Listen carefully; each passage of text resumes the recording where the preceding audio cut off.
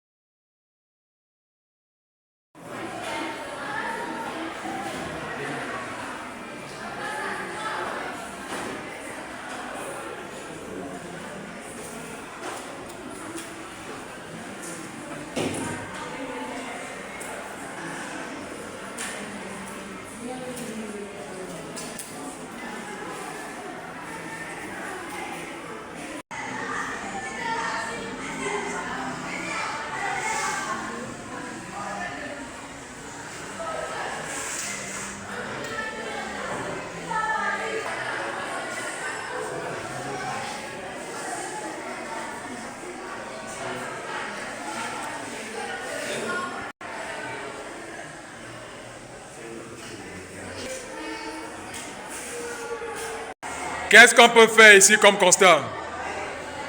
Yamougou.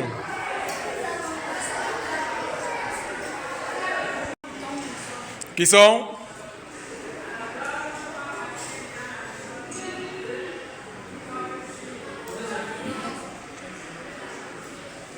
Il y a deux contacteurs qui sont KM1 et KM2. Mova, qu'est-ce qu'on fait comme constat?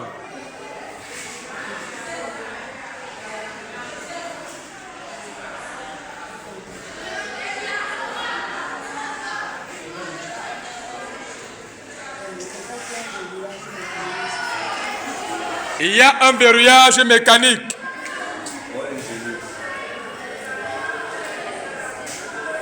Oui. Il y a 2 contacts auto-maintien. On va parler du verrouillage électrique. On suit d'abord. Ok, on va copier après. Le verrouillage électrique, c'est le 21-22. J'espère que tout le monde voit. Le 21-22. Donc on a 2 contacts qui sont utilisés comme verrouillage électrique. On a le 21-22 de KM2 et le 21-22 de KM1. Maintenant, on a encore le verrouillage mécanique. Le verrouillage mécanique, comment est-ce qu'on fait pour l'identifier? Lorsqu'on part au marché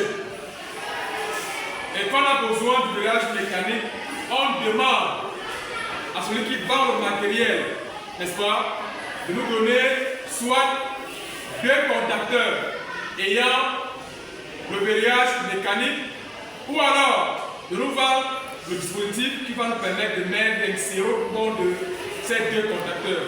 C'est un dispositif qui évite que lorsqu'un contacteur est excité, que l'autre soit excité, donc ça bloque l'autre à l'état haut.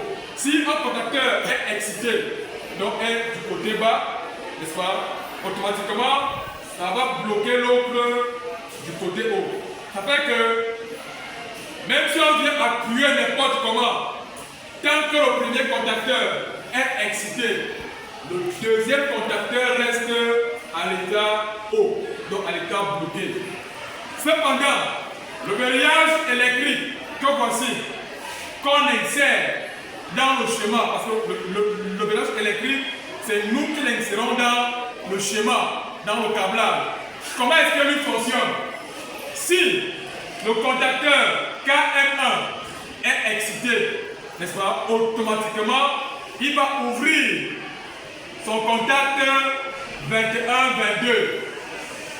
Et même si on fait comment, n'est-ce pas, aucun courant ne pourra traverser le 21-22 tant que le contacteur KM1 est excité. Il faut contacter cela. Donc, avec celui-ci, on va encore pour mettre le câble. C'est le contact qui nous manque.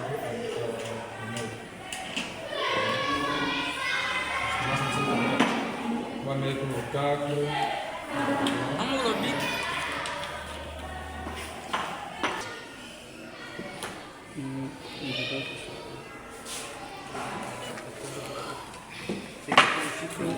Bouton pour son numéro 2 au 14 de.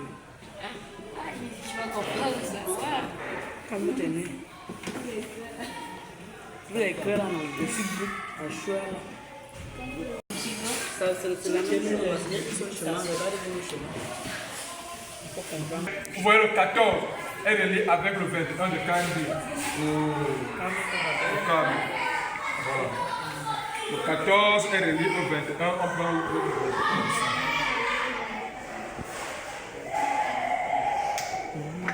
J'espère que jusqu'à là, c'est bon, il n'y a pas de questions.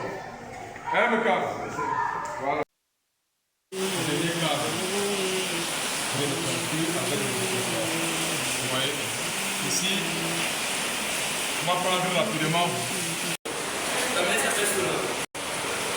câble de connexion. Tiens. On vient par ici. Je travaille où? Je travaille où?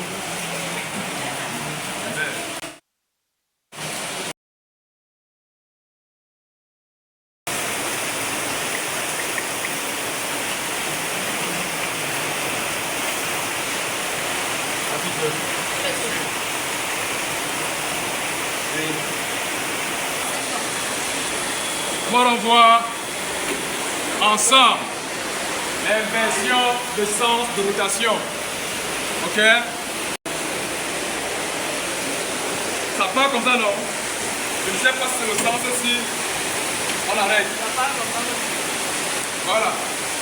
On observe le sens de rotation. Ah, c'est bon, il y a l'inversion, Il y a inversion, non? Voilà. Maintenant, on va faire marche avant, marche arrière. Ok? J'actionne.